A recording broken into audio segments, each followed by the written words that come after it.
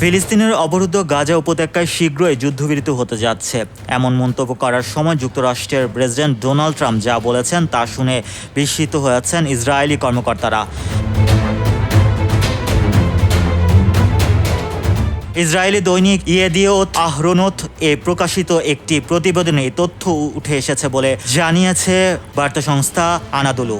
বার্তা সংস্থাটি বলছে, গাজায় বন্দি বিনিময় সংক্রান্ত আলোচনায় যুক্ত নাম প্রকাশে অনিচ্ছুক একাধিক ইসরায়েলি কর্মকর্তা জানান, ট্রাম্প যে যুদ্ধবিরতির কথা বলেছেন তা শুধু রাজনৈতিক কল্পনা ছাড়া আর কিছুই নয়।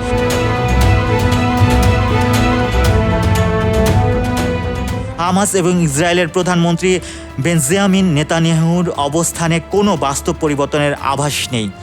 তবে মার্কিন প্রশাসনের পক্ষ থেকে বলা হচ্ছে, তারা এমন একটি সমঝোতায় পৌঁছাতে চায় যাতে যুদ্ধবিরতির পাশাপাশি ইসরায়েলি বন্দীদের মুক্তি ও যুদ্ধের অবসান হয়, যার মাধ্যমে মধ্যপ্রাচ্যে নতুন করে সম্পর্ক স্বাভাবিকীকরণের প্রক্রিয়া শুরু হতে পারে।